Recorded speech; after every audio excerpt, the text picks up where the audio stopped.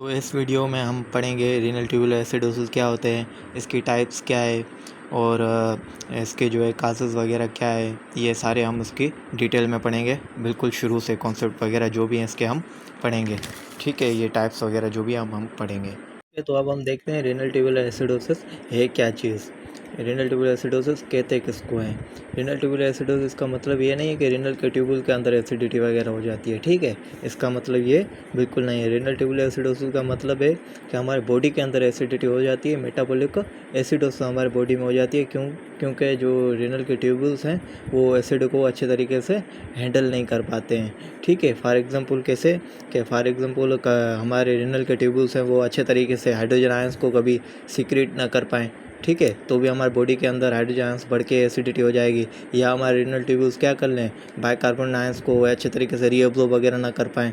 अगर bicarbonate reabsorb नहीं होंगे तो हमारे बॉडी के अंदर एसिडिटी बढ़ जाएगी। तो मतलब ऐसे तरीक़ों से जिनकी वजह से कुछ मैकेनिज़्म जिनकी वजह से अगर हमारे रीनल के ट्यूबुल्स हैं वो अच्छे तरीके से जो है एसिडिटी को हैंडल ना कर पाएँ, तो फिर हमारे बॉडी में क्या हो जाएगी, मेटाबॉलिक एसिडोसिस हो जाएगी। उसको क्या कहेंगे, रीनल ट्यूबुलर एसिडोसिस। तो ये क्या है, metabolic acidosis caused by defective acid handling in the renal tubules while GFR is normal. तो उस चीज़ को हम क्या कहेंगे, रीनल ट्यूबुलर एसिडोसिस कहेंगे।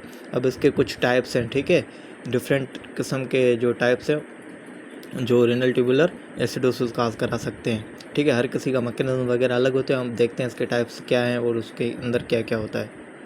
तो जो रीनल ट्यूबुलर एसिडोसिस का टाइप 1 है उसे हम कहते हैं डिस्टल रीनल ट्यूबुलर एसिडोसिस। इसे डिस्टल रीनल ट्यूबुलर एसिडोसिस क्यों कहते हैं, क्योंकि ये डिस्टली जो हमारे कलेक्टिंग डक्ट होती है, कि प्रोक्सिमल हमारे पता है आपको क्या होता है, ग्लोमेरुलस होता है। ठीक है, फिर प्रोक्सिमल कन्वर्टर ट्यूब्यूल है, ल्यूपोफेनले होता है, डिस्टल कन्वर्टर ट्यूब्यूल, और आखिर में हमारी कलेक्टिंग डक्ट है। तो डिस्टली जो हमारी कलेक्टिंग डक्ट होती है उसमें मसाइल की वजह से रीनल ट्यूबुलर एसिडोसिस होता है, इसलिए हम इसको क्या कहते हैं, डिस्टल रीनल ट्यूबुलर एसिडोसिस। तो हमारे कलेक्टिंग डक्ट में क्या मसाइल होते हैं, हम आपको पता है हमारे कलेक्टिंग डक्ट्स में मुख्तलिफ़ किस्म के सेल्स होते हैं, प्रिंसिपल सेल्स होते हैं, इंटरकैलेटेड सेल्स वगैरह होते हैं। ठीक है, अब वो इंटरकैलेटेड सेल्स आपको पता है हाइड्रोजन आयन सीक्रेट करते हैं। ठीक है, आपने पढ़ा होगा। ठीक है, रेनल नेफ्रॉन ट्रांसपोर्ट फिजियोलॉजी में कि हमारे जो कलेक्टिंग डक्ट इंटरकैलेटेड सेल्स हैं वो क्या करते हैं, हाइड्रोजन आयंस को सीक्रेट करके यूरिन में भेजते हैं। अगर वो इंटरकैलेटेड सेल्स में कुछ मसाइल हो जाएं जिसकी वजह से हाइड्रोजन आयन यूरिन में ना आ पाएँ, हाइड्रोजन हमारी बॉडी के अंदर ही रहें, तो एसिडोसिस हो जाएगी मेटाबॉलिक। तो इसलिए इसको क्या कहते हैं, रीनल ट्यूबुलर एसिडोसिस। क्योंकि देखें ना, हाइड्रोजन आयंस जो है वो इंटरकैलेटेड सेल्स हाइड्रोजन आयंस को यूरिन में भेज ही नहीं रहे। हाइड्रोजन आयंस सारे हमारे बॉडी में रह रहे हैं। हाइड्रोजन आयंस बॉडी में रहेंगे तो क्या काज करेंगे, मेटाबॉलिक एसिडोसिस काज करा देते हैं। तो इसलिए क्या कह देते हैं इसको, डिस्टल रीनल ट्यूबुलर एसिडोसिस या रीनल ट्यूबुलर एसिडोसिस टाइप 1। अब आप मुझे बताएं यूरिन की पीएच 5.5 क्यों है? 5.5 का मतलब क्या है? नॉर्मली हमारी जो यूरिन की पीएच है 5.5 से कम होती है। ठीक है, यूरिन हमारा एसिडिक होता है, पर इसमें ये यूरिन की पीएच बढ़ के बेसिक की तरफ क्यों जा रही है? अब जाहिर सी बात है यार, हाइड्रोजन आयन रिलीज़ ही नहीं हो रहे तो यूरिन एसिडिक कहाँ से होगा, यूरिन एसिडिक हो ही नहीं पाएगा। यूरिन की पीएच जो है बढ़ जाएगी क्योंकि हाइड्रोजन आयन आ ही नहीं रहे ना, हाइड्रोजन यहाँ पे आ रहे होते यूरिन के अंदर तो हमारा यूरिन एसिडिक होता। अब हाइड्रोजन नहीं आ रहे तो यूरिन एसिड होगा ही नहीं, यूरिन की पीएच बढ़ के बेसिक की तरफ हो जाएगी। तो यूरिन RTA टाइप 1 में क्या होती है, यूरिन की पीएच ग्रेटर देन 5.5 होती है। और ये क्या उसके RTA टाइप 1 में क्या होता है, हमारे जो पोटेशियम की कंसनट्रेशन है बॉडी में या सीरम में वो कम हो जाती है। वो क्यों होती है आपको पता है, कलेक्टिंग डक्ट में क्या होता है, सोडियम रीअब्सॉर्ब होता है और पोटेशियम और हाइड्रोजन आयन सीक्रेट होते हैं। अब जाहिर है हाइड्रोजन आयन सीक्रेट ही नहीं हो रहे तो उसको कंपनसेट करने के लिए कुछ ना कुछ तो सीक्रेट होना होगा ना, क्योंकि देखें ना हाइड्रोजन आयन सीक्रेट नहीं हो रहे, सोडियम तो हो रहा है अपनी जगह पे, हाइड्रोजन आयन सीक्रेट नहीं हो रहे, तो किडनी क्या करती है, इसको कंपनसेट करने के लिए ज़्यादा जो है पोटेशियम आयन सीक्रेट कर रही होती है। सही है, नॉर्मली तो देखें ना हाइड्रोजन और पोटेशियम दोनों सीक्रेट हो रहे होते हैं, पर यहाँ पे हाइड्रोजन सीक्रेट ही नहीं हो रहे, तो कंपनसेशन वगैरह के लिए हमारी किडनी ज़्यादा उसको पोटेशियम को सीक्रेट कर रही होती है। क्या क्या कैसे लिखेंगे, kidney can not secrete hydrogen ion properly, so to maintain electrical balance the nephron increase potassium secretion. हम देखते हैं कि काजेज़ क्या हैं रीनल ट्यूबुलर एसिडोसिस टाइप 1 के। काजेज़ क्या हैं, मतलब ऐसे क्या मसाइल होते हैं जिसकी वजह से कलेक्टिंग डक्ट्स में से हाइड्रोजन आयन सीक्रेट नहीं हो पाते हैं। ठीक है, तो उसमें से सबसे काज है एनसेड इंड्यूस डैमेज। मैंने आपको बताया था कि एनसेड्स जो भी होते हैं वो किडनी के लिए टॉक्सिक होते हैं। सही है। तो वो मसले मसाइल काज कर देते हैं कलेक्टिंग डक्ट में, जिसकी वजह से जो है हाइड्रोजन आयन सीक्रेट नहीं हो पाते हैं। ठीक है, तो वो एनसेड्स आपको पता है क्या होते हैं, एक किस्म के एनाल्जेसिक्स हैं। तो उसको हम क्या कहते हैं, एनसेड इंड्यूस्ड डैमेज को एनाल्जेसिक नेफ्रोपैथी भी कहते हैं। एनसेड्स याद रखें किडनी के लिए टॉक्सिक होते हैं, ये बहुत सारे मसले मसाइल काज कर देते हैं, जिसमें एक मसला क्या होता है, टाइप 1 RTA काज करा देता है। इसके अलावा ऑटोइम्यून डिजीज़ कोई भी हो सकती है, ठीक है, हमारे बॉडी में, जैसे ल्यूपस हो गई, ठीक है, और भी बहुत सारे ऑटोइम्यून डिजीज़ हैं जिसकी वजह से जो है कलेक्टिंग डक्ट पे डैमेज होता है, जिसकी वजह से हाइड्रोजन आयन सीक्रेट नहीं हो पाते। दूसरा है एम्फोटेरिसिन B, ये एंटी फंगल ड्रग है जो जो क्या काज करा देता है, टाइप 1 RTA काज करा सकती है। कंजाइटल एनामलीज हो जाए किडनी में, मतलब कलेक्टिंग डक्ट में ऐसे मसल मसाल हो जाएं जिसकी वजह से जो है वो हाइड्रोजन आयन सीक्रेट ना हो पाए, तो ये सारे क्या है, काज हैं टाइप 1 RTA के। ये जो type 1 RTA is associated with increase risk of calcium phosphate kidney stones. अब ये कैल्शियम फास्फेट के किडनी स्टोन्स क्यों काज कराता है टाइप 1 RTA? देखें, हमारी बॉडी में मेटाबॉलिक एसिडोसिस हुई पड़ी होती है, मतलब एसिडिटी ब्लड की बढ़ी हुई होती है, तो बॉडी चाहती है उसको न्यूट्रलाइज करें, जो एसिडिक एनवायरनमेंट है उसको न्यूट्रलाइज करें। तो एसिडिक एनवायरनमेंट को जो भी न्यूट्रलाइज करते हैं वो चीज़ें उन्हें बफर्स कहते हैं। तो मेन जो बफरिंग सिस्टम है जो हमारा चीज़ों को जो एसिडिटी वगैरह को न्यूट्रलाइज करता है वो बाइकार्बोनेट आयंस होते हैं, ठीक है, SCO3 के जो आयंस होते हैं ना, ठीक है, तो ये होते हैं मेन जो बफर चीज़ों को हमारे करते हैं ब्लड में, सही एसिडिटी वगैरह को नॉर्मल रखते हैं। पर अब यहाँ पे एसिडिटी बहुत ज़्यादा बढ़ी हुई होती है, तो SCO3 के आयंस हैं, they are not enough to neutralise it, तो बॉडी इसके साथ और भी बफरिंग सिस्टम यूज़ करती है जो कि एसिडिटी को नॉर्मल करने में हेल्प करते हैं। वो अदर बफरिंग सिस्टम कौन से होते हैं, बोन होती है, ठीक है। अब बोन के जो कैल्शियम फॉस्फेट साल्ट होते हैं या कार्बोनेट साल्ट होते हैं ना, ये अल्कलीन होते हैं, ठीक है। तो बोन क्या करती है, जब भी ये टाइप 1 RTA होते हैं तो बोन ब्रेक डाउन होती है, और इनके जो साल्ट्स हैं कैल्शियम फॉस्फेट के या कार्बोनेट वगैरह ये अल्कलीन होते हैं, तो ये जो ब्लड में आते हैं, जिसकी वजह से एसिडिटी है वो क्या होती है, न्यूट्रलाइज होती है। बाइकार्बोनेट HCO3 है ना, उस आयंस के साथ साथ बोन्स के जो है साल्ट्स भी रिलीज़ होते हैं जो हमारे ब्लड के pH को न्यूट्रलाइज करने में हेल्प कर रहे होते हैं। तो अब क्या होता है, ये जो कैल्शियम फॉस्फेट वगैरह के साल्ट्स हैं ये ब्लड में रिलीज़ होते हैं, फिर यहाँ से होते होते वो ज़ाहिर किडनी में भी जाते हैं, जाए ना, ब्लड में जो चीज़ें वो किडनी में तो जाएंगी, तो किडनी में जाके किडनी का हमें पता है कि वहाँ पे जो pH है यूरिन की वो बढ़ी हुई होती है, सही है। तो अल्कलीन pH में ये जो कैल्शियम फॉस्फेट वगैरह साल्ट है ना, क्या कर जाते हैं, क्रिस्टलाइज हो जाते हैं। तो अल्कलीन pH में ये जो ज़ाहिर साल्ट्स अगर क्रिस्टलाइज हो जाएंगे तो वो डिपॉजिट हो जाएंगे, स्टोन्स काज करा जाएंगे, ठीक है। तो आपको इसका मैकेनिज्म पता चल गया। तो ये क्या कह हमने अभी क्या पढ़ा कि buffer systems try to neutralise hydrogen ion and bicarbonate is main buffer, ठीक है, but it's already depleted, so body uses other buffers, जिसमें क्या है, वन मेजर इज बोन के जो कैल्शियम फॉस्फेट है साल्ट है और जो कार्बोनेट्स है ना, ये हाइड्रोजन आयन से बाइंड कर सकते हैं, सही है, तो ये न्यूट्रलाइज कर देते हैं एसिड को। पर मसला क्या होता है, but break down of matrix release calcium and phosphate, जाहिर बात है अगर बोन जो ब्रेक डाउन होगी तो कैल्शियम फास्फेट वगैरह रिलीज़ होंगे टू न्यूट्रलाइज द एसिड। अब वो कैल्शियम फास्फेट क्या करते हैं, यूरिन में जाके, अब यूरिन अल्कलीन है तो प्रेसिपिटेट हो जाते हैं, जिसकी वजह से क्या हो जाता है, रिस्क बढ़ जाता है कैल्शियम फास्फेट स्टोन्स का। तो ये हमारा RTA टाइप 1 था। अब हम पढ़ते हैं RTA टाइप 2। हमारे पास टाइप 2 RTA है, ठीक है। तो इसको हम क्या कहते हैं, प्रोक्सिमल रेनल ट्यूबुलर एसिडोसिस, क्योंकि इसमें जो मसला आ रहा होता है वो प्रोक्सिमली आ रहा होता है, ठीक है। टाइप 1 RTA में क्या आ रहा था, डिस्टली कलेक्टिंग डक्ट में मसला आ रहा था, ठीक है। ये देखा ना, नेफ्रॉन से डिस्टली मसला आ रहा था, इसलिए हमें इसको कहा था डिस्टल रेनल ट्यूबुलर एसिडोसिस। अब टाइप 2 RTA में क्या है, मसला प्रोक्सिमली आ रहा है, यहाँ पे जो हमारा प्रोक्सिमल कन्वोलेटेड ट्यूबुल है ना, इसमें मसाला आ रहा होता है, तो इसलिए हम कहते हैं इसको प्रोक्सिमल रेनल ट्यूबुलर एसिडोसिस। अब क्या मसला आता है, आपको पता है कि यहाँ से जो भी ब्लड आता है एफरेंट आर्टरियोल से, ग्लोमेरुलस से, इससे जो है हमारा ब्लड फिल्टर होता है, फिल्टर होकर बाउमस कैप्सूल में आता है। ठीक है, बकाया जो भी ब्लड होता है वो इफरेंट आर्टियोल से बाहर निकल जाता है। अब आपको पता है ये जो बहुत सारी चीज़ें ये हमारे फिल्टर होकर बाउमन कैप्सूल से प्रोक्सिमल कन्वोल्यूटिल ट्यूबुल में रीअब्जॉर्ब होनी होती हैं। ठीक है, उन बहुत सारी चीज़ों में क्या था, सोडियम था, ठीक है, ग्लूकोज था, अमाइनो एसिड्स, बाइकार्बोनेट्स वगैरह सारे यहाँ पे आके यहाँ से रीअब्जॉर्ब होते थे। अब इसमें टाइप 2 RTM क्या मसला आता है, यहाँ से जो बाइकार्बोनेट आ रहे होते हैं ना वो यहाँ से रीअब्जॉर्ब नहीं हो रहे होते। ठीक है, तो मसला क्या आता है, बाइकार्बोनेट यहाँ पे प्रोक्सिमल कन्वर्टिव ट्यूबुल में रीअब्जॉर्ब नहीं होते, बाइकार्बोनेट रीअब्जॉर्ब नहीं होते, तो यहाँ से लूपोवेनले वगैरह सो के यूरिन में चल के निकल चले जाते हैं। अब आपको पता है ज़ाहिर है बाइकार्बोनेट सारे ब्लड से निकल चले जाएंगे।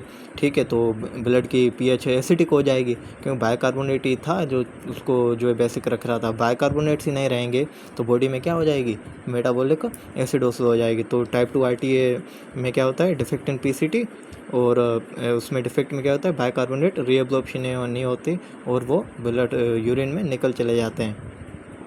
तो ये भी जब भी मसले मसाइल होंगे, हमारे यूरिन की pH क्या होगी आप मुझे बताएं। टाइप 2 RTA में हमारे यूरिन की pH क्या होगी।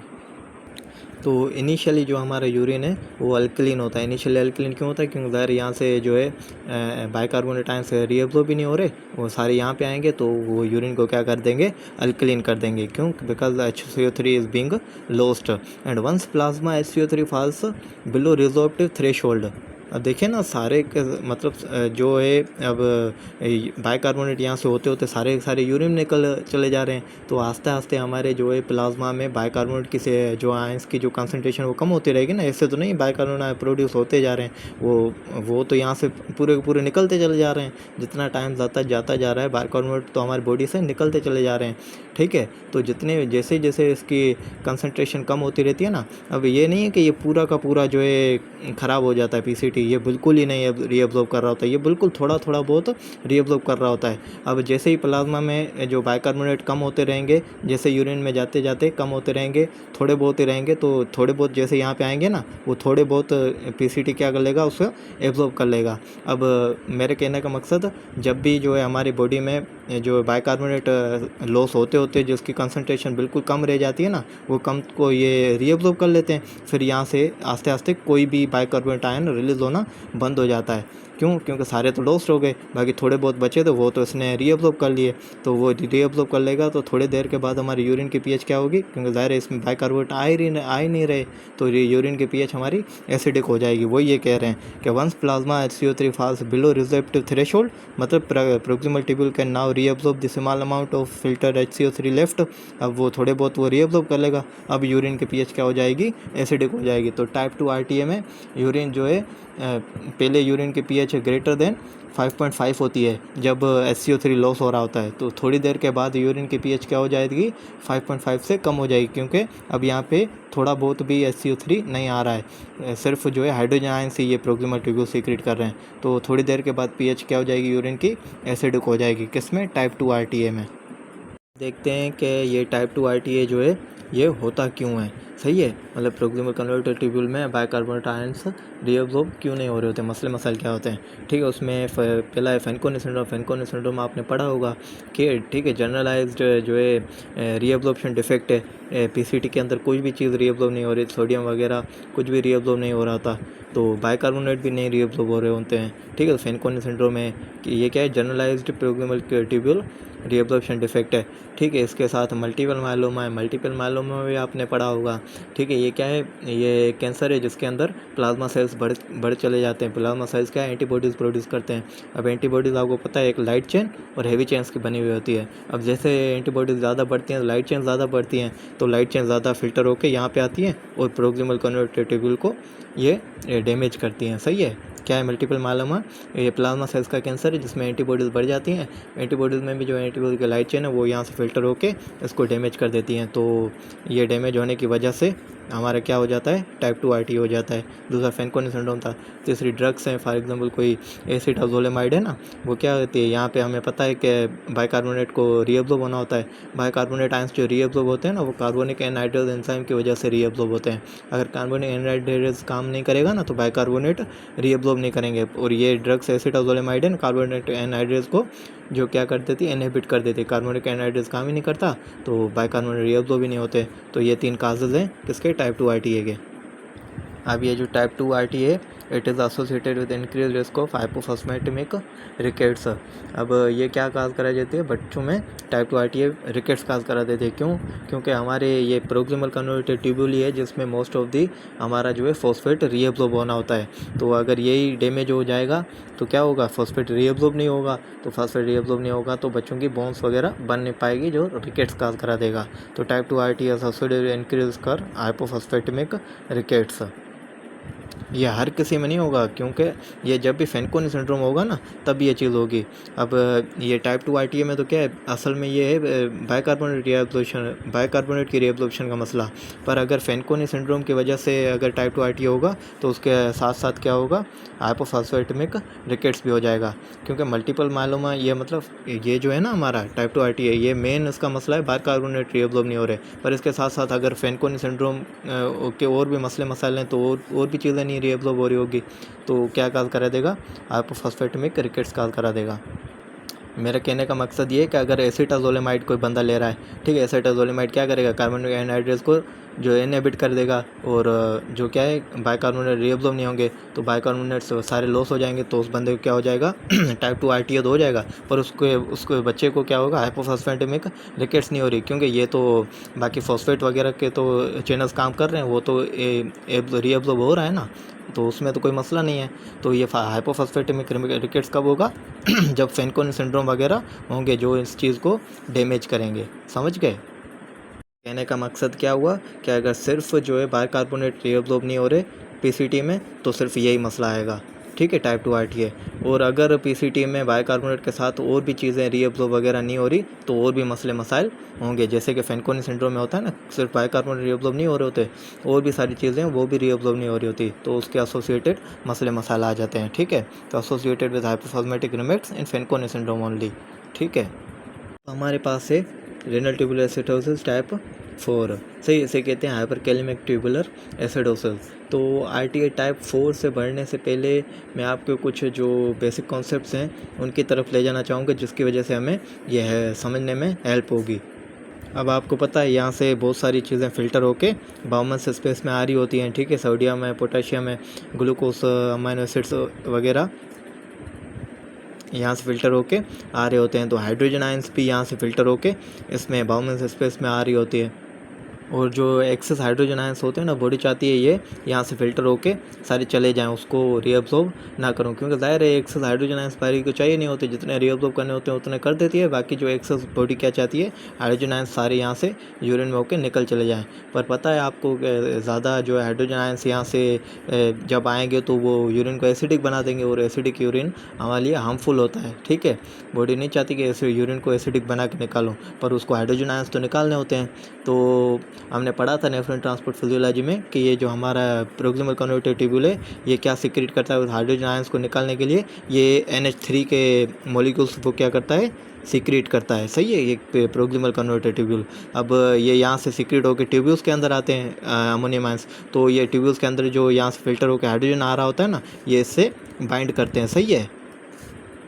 तो ये यहाँ से जो ट्यूब्यूल से आ रहा होता है हमारे प्रोक्सिमल कन्वर्टेड ट्यूब्यूल जो NH3 रिलीज़ करता है और यहाँ से फ़िल्टर होकर जो हाइड्रोजन आयन है ये दोनों मिलके क्या बना देते हैं, अमोनियम आयन बना देते हैं। और फिर ये अमोनियम आयन यहाँ से होता हुआ इजीली हमारे यूरिन से निकल चला जाता है। ये अमोनियम आयन आपको पता है ये जो है रीअब्जॉर्ब वगैरह नहीं हो सकता ये, क्योंकि ये चार्ज्ड होता है, सही है।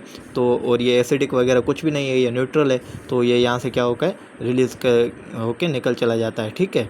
तो हमारी बॉडी इस तरीके से in the form of ammonium hydrogen ions को रिलीज़ कर देती है। ये मैकेनिज्म हमने कहाँ पे पढ़ा था, नेफ्रॉन ट्रांसपोर्ट फिजियोलॉजी के अंदर पढ़ा था। तो अब RTA टाइप 4 में क्या मसले मसाइल होते हैं, इसमें ये होता है कि हमारी बॉडी में जो है अल्डोस्टेरोन का लेवल कम हो जाता है या अल्डोस्टेरोन की रेजिस्टेंस हो जाती है, ठीक है। अल्डोस्टेरोन लेवल्स कब डिक्रीज होंगे, जब हमारे एड्रिनल कॉर्टेक्स में वगैरह में कोई मसले मसाइल हो जाएँ, ठीक है। अल्डोस्टेरोन रेजिस्टेंस कब होगी, फॉर एग्जांपल अल्डोस्टेरोन के जो हम एंटागोनिस्ट वगैरह दे दें, ठीक है, किसी भी मसले मसाइल की वजह से अगर हमारी बॉडी में अल्डोस्टेरोन का लेवल कम हो या अल्डोस्टेरोन की रेजिस्टेंस हो तो क्या हो जाएगा, हाइपरकैलेमिया होगा। वो क्यों, आपको पता है एल्डोस्टेरोन कहाँ पे जाके एक्ट करता है, कलेक्टिंग डक्ट पे एक्ट करता है। कलेक्टिंग डक्ट पे क्या करता है एल्डोस्टेरोन, सोडियम को रीअब्जॉर्ब कराता है और हाइड्रोजन और पोटेशियम आयंस को वो निकालता है बॉडी से बाहर। अब एल्डोस्टेरोन काम ही नहीं कर पाएगा तो क्या होगा, सोडियम रीअब्जॉर्ब नहीं होगा और हाइड्रोजन और पोटेशियम आयन वगैरह रिलीज़ नहीं होंगे, पोटेशियम आयन बॉडी के अंदर रहेंगे। जाहिर है पोटेशियम जब बॉडी के अंदर रहेंगे, क्योंकि एल्डोस्टेरोन काम ही नहीं कर रहा है, तो हमारी बॉडी में क्या कंडीशन हो जाएगी, हाइपरकैलेमिया हो जाएगी। ठीक है, अब ये हाइपरकैलेमिया क्या करेगी, ये हमारे जो पीसीटी के अंदर मैंने आपको बताया था ना, ये अमोनियम आयन पीसीटी रिलीज़ करता है हाइड्रोजन को जो है एक्सक्रीट करने के लिए। हाइपरकैलेमिया क्या करता है, हमारे ये पीसीटी के अंदर जो है ये अमोनिया को बनने नहीं देता है। सही है, हाइपरकैलेमिया या इसके अंदर अमोनिया को बनने नहीं देता है। अब जाहिर है अगर NH3 नहीं बनेगा तो अमोनियम आयन बनेगा ही नहीं, हाइड्रोजन आयंस जो है हमारी बॉडी से निकल ही नहीं पाएंगे, तो हाइड्रोजन आयंस क्या करेंगे, बॉडी उसको रिटेन कर लेगी। सही है, तो ये जो हाइड्रोजन आयंस यहाँ से होते हैं ना, अमोनिया से मिलकर यहाँ से निकल चले जाने होते हैं, अब वो निकल नहीं पाएंगे क्योंकि अमोनिया बन ही नहीं रही है, तो वो हाइड्रोजन आयन हमारी बॉडी के अंदर रहेंगे, जिसकी वजह से हाइड्रोजन आयन अगर बॉडी के अंदर रहने से वजह से क्या हो जाएगी, मेटाबॉलिक एसिडोसिस हो जाएगी। और अगर इस एसिडोसिस को हम क्या कहेंगे, टाइप 4 RTA कहेंगे। ठीक है, तो क्या हुआ, हाइपोएल्डोस्टेरोनिज्म या एल्डोस्टेरोन रेजिस्टेंस की वजह से बॉडी में हाइपरकैलेमिया हुई। हाइपरकैलेमिया ने क्या किया, NH3 की सिंथेसिस को यहाँ पे रोक दिया, NH3 सिंथेसाइज ही नहीं होंगे। ठीक है, NH3 सिंथेसाइज नहीं होंगे तो अमोनियम की एक्सक्रीशन यहाँ से रुक गई, अमोनिया में एक्सक्रीशन रुक गई, तो क्या हो गया, without NH4 hydrogen ion body में रिटेन हुए, जिसकी वजह से फिर क्या हो गई, मेटाबॉलिक एसिडोसिस हो गया हमारी बॉडी में। तो इसमें जो टाइप 4 RTA में यूरिन की pH क्या हो जाएगी, <<5 5.5 या वो वेरिएबल रहेगी। ठीक है, सीरम पोटेशियम क्या होगा, बढ़ जाएगा, ज़ाहिर है एल्डोस्टेरोन वगैरह हो ही नहीं, तो फिर क्या है, पोटेशियम का लेवल बढ़ जाएगा। और इसके काजेज़ क्या हैं, या तो एल्डोस्टेरोन की प्रोडक्शन किसी भी काज की वजह से कम हो जाए। ठीक है, जैसे भी for example angiotensin receptor broker किसी ने लिया है, या एंजियोटेंसिन कन्वर्टिंग एंजाइम जो है इनहिबिटर किसी ने लिया है, ज़ाहिर है तो फिर एल्डोस्टेरोन बन ही नहीं पाएगा, हाइपोएल्डोस्टेरोन हो जाएगी। या फिर क्या हो जाए, एल्डोस्टेरोन की रेजिस्टेंस हो जाए, फॉर एग्जांपल जो है एल्डोस्टेरोन के ब्लोकर्स एस्पारेनोलेक्टोन वगैरह किसी ने लिया हो, तो इन सब काजेज़ की वजह से जो यहाँ पे हमने पढ़े थे टाइप 4 RTA हो सकती है। तो हमारे यहाँ पे हमारा पूरा टॉपिक जो पूरा होता है रेनल ट्यूबुलर एसिडोसिस का। अगर ये आपको वीडियो पसंद आई है तो काइंडली चैनल को सब्सक्राइब करें, और बाकी जो भी आपके दोस्त वगैरह हैं सबको बताएं, और आपके भाई के चैनल को ग्रो करने में हेल्प करें।